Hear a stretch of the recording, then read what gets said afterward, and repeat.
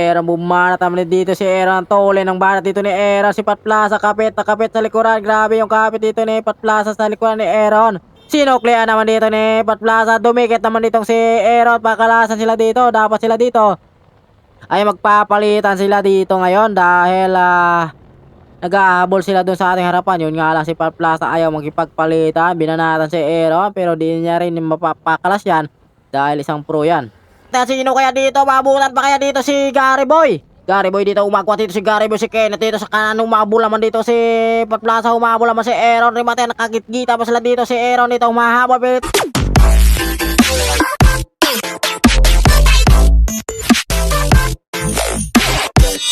So what's up mga master po, to this video dito na naman tayo sa may C5 Extreme Las Piñas. Panibagong araw, panibagong karera na naman yung ating mapapanood ngayon. Meron sila dito 42 kilometers. Talaga magandang laban na naman to dahil nandito yung mga malalakas na ating open amateur. Nandito si Aaron ng Team D-Ray na.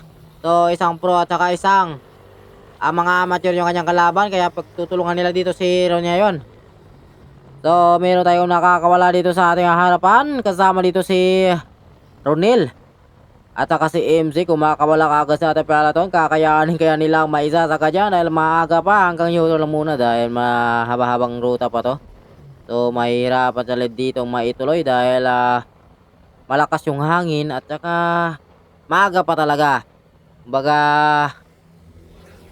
mahirap bunuin to dahil maaga pa. Ito na nga, nabutan na nga sila dito dahil hinatak ni Aaron yung peloton. Nagwawala si Aaron dito sa harapan. Grabe yung ating Aaron. Si Bernard naman dito pilit naghahabol dito kay Aaron. So talaga kinakargahan dito ni Aaron sa lusong. 60 kilometers sila dito sa may lusong. Talaga kinakargahan talaga ni Aaron. Mga sinasagad. Naghahabol naman dito si Bernard at saka si John Chris. So titignan natin kung makakadikit dito kay Aaron. So close over lang muna sila dito sa may sasakyan dahil pagdating talaga dito sa may C5, talagang magaling ka talaga dito mag close over sa mga sasakyan dahil may nakakasabay tayo mga sasakyan. So dito lang muna, dito lang tayo sa may gilid. So Bernard dito naghahabol kay Aaron. Papainit kagad dito si Aaron, kumawala kagad sa peloton. Lumipat lang muna dito sa likuran si Aaron. Natak dito ni Bernard ng Team Linis Bike Shop. So dalawang linis nandito sa harapan. Si Aaron nandito sa likuran, nagre-recover lang siya muna dahil pinanatan niya sa ahon. Tapos sa lusong, kaya talaga kinargahan niya sa lusong. So si Bernard pa rin dito ang mahatak sa kanilang breakaway. So titignan natin kung sino dito ang maghahabol sa ating sa 3-man breakaway. Kumawala kagad sa ating peloton. Si Kenneth ito, hinahatak. Naghahabol ito si Kenneth. Ang tuloy ng habol ito ni Kenneth. Gahabol naman dito sa Pat Plaza sa likuran. So ito na yung ating breakaway. Papadikit naman yung ating peloton. Nagkakaiwasan sila dito. Si Jomar nandito sa likuran. Si Lawrence nandito sa likod. So si MC dun, bumigay si MC dahil maaga pa lang talaga binanatan kagad ni MC. Kaya naubusan din siya. Ito may sumubok tayo magka-team ng breakaway. Hinabol kagad ni Jomar. Binanatan ni Jomar dito sa may kanan. Kumawala si Jomar. Hinabol ni Aaron. Dinikitan kagad ni Aaron. Nakadikit naman itong si Pat Plaza kay Aaron. Talagang inasawa na dito ni Pat Plaza si Aaron ha. Dinikitan kagad. So nag-aalangan dito si Jomar na ituloy dahil nakadikit itong si Aaron at saka si Pat Plaza. Nakikiramdam sila dito ngayon. Umagwat na sana sila sa ating peloton. Yun nga lang nagpapakiramdaman. So si Kenneth dito, dahan-dahan din dito si Kenneth. Dahan-dahan na umagwat dito si Kenneth. So walang nag-react. Ito si Aaron, dahan-dahan naman dito hinatak ni Aaron yung peloton. Dalawang linis naman na nakadikit dito sa likuran. So ito yung peloton, si Ayin nandiyan sa likuran. At saka si John Crest bumarat dito sa lusong. Si Jomar naghahabol din sa likuran si Jomar. Lahat ang bumaba na dito, naghahabol kagad dito si Jomar. So umagwat yung ating solo breakaway dito. Yun nga lang, malakas yung hangin. Mukhang nahihirapan siya rin dito. Si Jomar dito hinatak. Si Aaron. So Papadikit na nga itong peloton natin. So nagkaminura sila dito dahil pagkadikit. Dahan-dahan naman dito si Bernard. Inangatan ito ni Bernard. Harap-harapan sila dito. Pinanatan ni Bernard. Pinutol naman dito ni John Chris dahil meron siyang kakampi dito. Team Linis.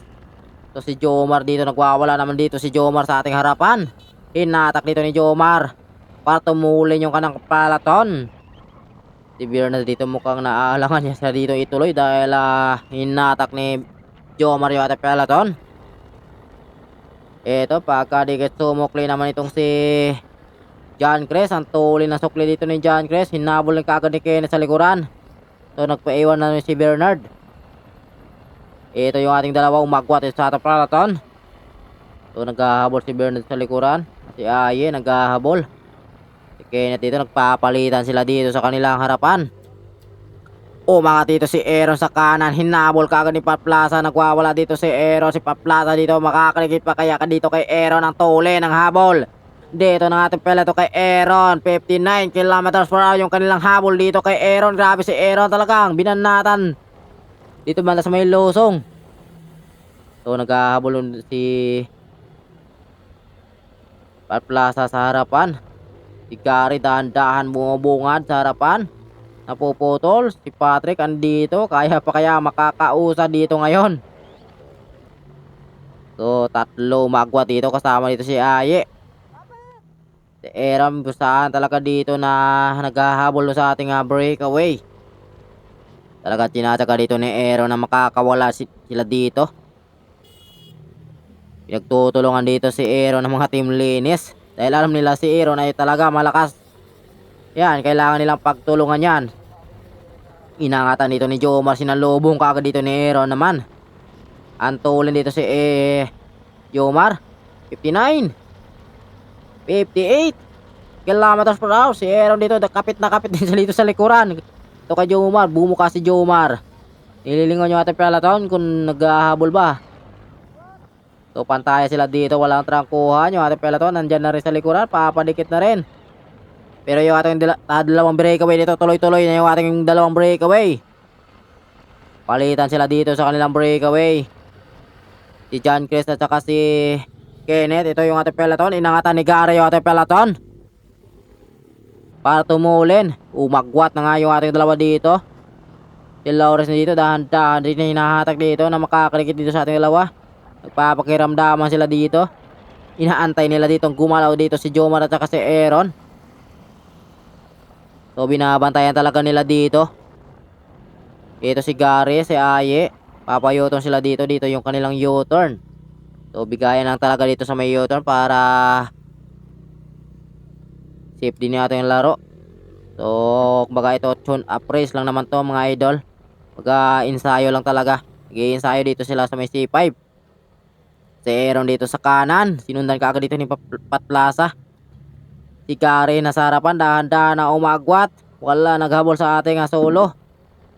Si Jomar tumikit naman dito kay Aaron. Si Bernard bumanat sa kaliwa. Nagkakaiwasan sila ngayon dito. Binabantayan talaga dito ni Pat Plaza dito si Aaron. Talaga binanata ni Aaron. Sinundan kagad ni Pat Plaza. Humabol naman kagad dito si Jomar. Pakalasan sila dito. Sinubukan siya na ni Aaron na umagwat. Pero yung ating peloton tumikit rin kagad. Si Lawrence sa tahimik sa likuran. Si Gary dito. Naghahabol dito si Gary kay Bernard. So may nakakawala na tayong dalawa dun sa ating harapan. Titignan natin kung makakaligit. Si Gary mukhang dito na uubusan dito si Gary. Mukhang inaantay yung ating grupo dahil malakas rin talaga.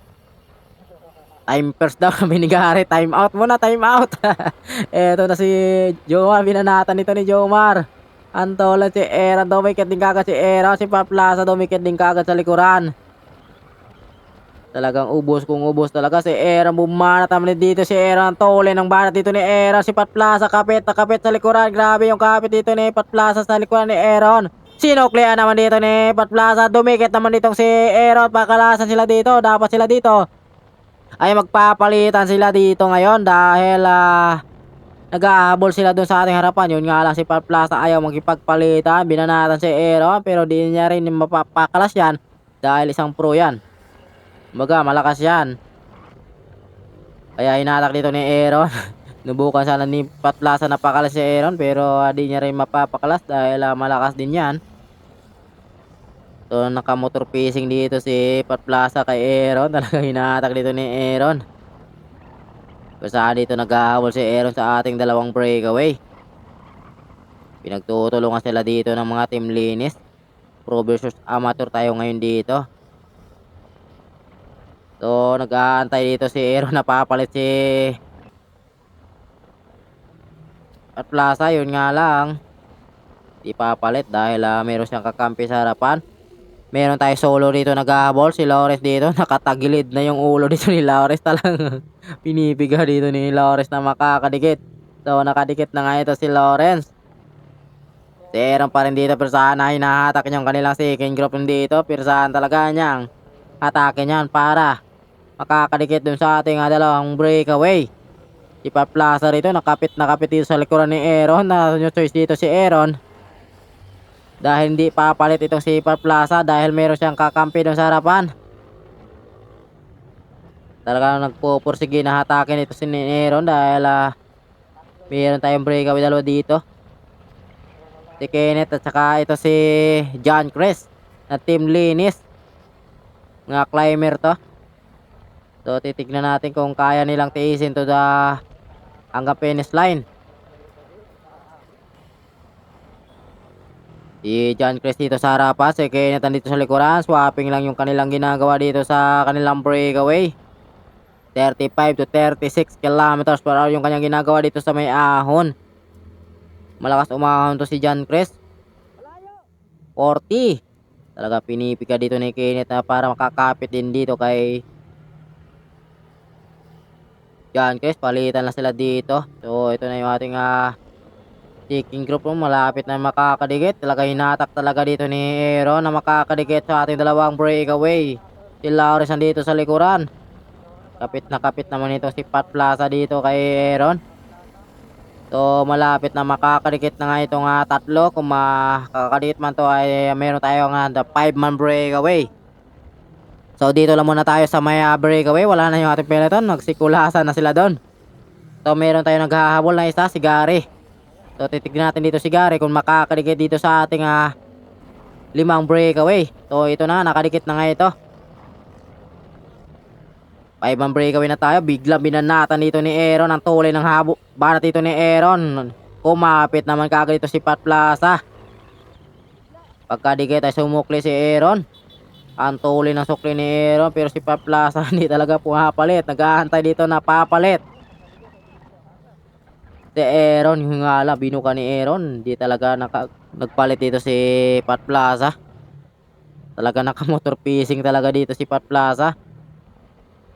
So no choice dito si Aaron dahil pinagtutulungan siya dito. Kailangan niya rin dito mag-recover. So nakadikit ulit yung ating grupo. So pilit na pinapakalan dito ni Aaron si Lawrence dahil tatlo yung kanyang kalaban dito ni Aaron. Kaya sinubukan na patakasin ni Aaron si Lawrence. Yun nga lang, hinabol kaagad ni John Chris. So dumidilim na yung ating panahon. Mukhang uulan pa. Mukhang abutan pa tayo ng ulan. Yun yung ating peloton sa kabila. Watak-watak na sila. Papakiramdaman na sila dito. Linis sa harapan. Dahan-dahan umagwat. Si Kenneth nandito sa likuran. Nagre-recover lang din dahil galing silang breakaway. Naabutan sila ni Aaron. Inangatan ni Pat Plaza. Sinundan ni Kenneth. Talagang bantayan talaga. Si Lawrence na dito sa likuran. Tahimik lang dito si Lawrence. So itong apat talaga nagbabantayan. Kumbaga kilala na talaga sila to. Kaya sila ang nagbabantayan. Si Lawrence naman di nila kilala na may pantuloy din. Kaya hinayaan lang muna nila dito. Gre-recover dito si Lawrence. So marami pa ditong aso.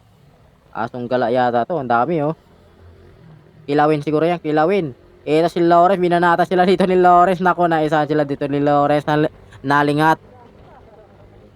Sila dito ni Lawrence, inangatan. Malakas yung hangin, talagang dinadapaan dito ni Lawrence. 45, 46 kilometers per hour yung ginagawa. Grabe yung hangin dito. Umatras talaga dito si Lawrence talagang. Pinipiga niya rin dito para makakausad niya rin dito. Titignan natin kung kakayanin. Kaya niyang sagarin yan. Hanga finish line. Ang tuli nito si Lawrence. Talaga pinipiga niya rin dito sa ahon. Yun nga lang. Naghahabol ka agad dito si John Chris sa likuran. Dahan-dahan siya dito mabakal. Si John Chris hinatak dito ng Team Linis. Lawrence dito. Sumubok na naman dito si Lawrence. Pasimple sa kanan dito si Lawrence. Sila talaga dito nagbabantayan. So hinayaan na talaga nila umagwat dito si Lawrence. So ito, binabantayan talaga nila dito si Aaron. Hinayaan talaga ni Aaron na makawala din si Lawrence. So umagwat na nga nitong si Lawrence. So wala naghabol si Kenneth, di rin na ito maghahabol. Talaga kinokontrola dito ni Aaron dahil pinakawalan niya talaga dun si Lawrence. So may pantuloy pa naman yung si Lawrence. Si Clarence dito sa likuran, tumambay lang din yan. Susubukan niya daw makipagsabayan dito sa malalakas. So ito, harapan John Chris. Ito solo breakaway na natin dito si si Lawrence. Batang taho yan, malakas yan. Talaga pinipiga dito ni Lawrence. Sinasagad niya talaga. Namumulikat na siya dito pero sinasabihan ko siya dito na tsagain mo na rin dahil magwat na sa ating second group. Talaga pinipersahan talaga niya pinipiga dito para makakausad. So last lap na to, going to finish line. Pagka Yuton dyan sa may dulo ay going to finish line na yan. So talaga pinipirsa dito ni Lawrence. Ang lakas ng hangin talaga, nahihirapan siya dito. Dito sa may ahon banda, sobrang lakas ng hangin dahil medyo mukhang uulan. Kaya yung hangin ay sobrang lakas. So gasolina lang siya muna dito para di rin magrugi. So umagwat na talaga siya dito, malayo na, going to finish line na to. So dito lang muna tayo sa may grupo. Dahil matinding remate yan to, bantayan talaga sila dito. Si Kenneth andito sa likuran. Apat yung ating second group. Yung ating third group ay isa, naghahabol si Gary. So titignan natin dito si Gary kung makakalikit ba dito sa ating apat dito ngayon. John Chris nasa harapan. Mukhang di naabutin dito si Lawrence. Malayo na yung gap ni Lawrence dito sa ating second group. Baga hinayaan talaga ni Aaron na makakawala. Dahil si Aaron dito ang binabantayan nila. Kaya pinakawalan din si Lawrence. Si Kenneth andito sa likuran. Malakas rumimati yan. Si Pat Plaza. Malakas din to rumimati si Aaron. Ako kaya ang talaw nila dito si Aaron. Dahil malakas rumimati yan. Isang pro ng Team D-Ray na yan. So ang bagal nila dito, tumatakbo sila dito ng 35 to 34 kilometers per hour. Papakiramdaman sila going to finish line na to. Si John Chris dito sa harapan. Pangalawa dito si Aaron. Pangatlo si Pat Plaza. Pangapat dito si Kenneth. So bantayan talaga to. Kikiramdam dito si Kenneth kung sinong unang aangat dito, kaya nandito siya sa likuran. Nasa 500 meters na lang to. John Chris dito, talaga pinipirsa dito na attack na ni John Chris nasa harapan. Si Aaron kapit na kapit naman sa likuran. Si Kenneth andito sa likod. So di talaga abutin yung ating solo breakaway. Malayo na yung gap ng ating solo breakaway. Si Gary naghahabol. Mukhang makakadikit pa nga itong si Gary dahil nagpapakiramdaman sila dito. Tumatakbo lang sila dito ng 30. Si Kenneth dahan-dahan bumubungad. Si Pat Plaza nakakapit kay Aaron. Umiiwas sa bike lane dito si John Chris. Pakiramdaman sila dito kung sino unang babanat. Last 300 meters to the finish line. Wala pang gustong bumanat. Nakikiramdam na sila dito. Umiiwas dito si John Chris sa may bike lane. Pero nakabantay naman itong si Aaron. Si Kenneth dahan-dahan bumubungad. Si Gary papadikit naman itong si Gary. Biglang inangatan dito ni Gary. Talaga masasagad na kaya ni Gary. Last 100 meters to the finish line. Humabol naman ditong si Kenneth. Tara ka rin matiante, sino di kaya dito unang tatawid sa ating finish line? Si Gary, umagwat na si Gary. Ito si Aaron naman dito, pilit na humahabol ito. Yung mahabol naman dito si Pat Plaza, rin matiante, sino kaya dito? Mabutan pa kaya dito si Gary Boy? Gary Boy dito, umagwat dito si Gary Boy, si Kenneth dito sa kanan, humahabol naman dito si Pat Plaza, humahabol naman si Aaron. Rin matiante, nakagitgita pa sila dito si Aaron dito, humahabol, pilit na humahabol. Pat Plaza dito, umaangat dito, humahabol naman dito si Kenneth. Talaga, dandan, umagwat talaga si Pat Plaza doon. Pangalawa si Pat Plaza, pangatlo dito si Kenneth, pang-apat dito si Aaron. Talaga ubusan, naipit doon si Aaron sa kanilang rimatehan. Baga nabunsol doon kay Pat Plaza, nagkaipitan sila, baga nagkasabitan.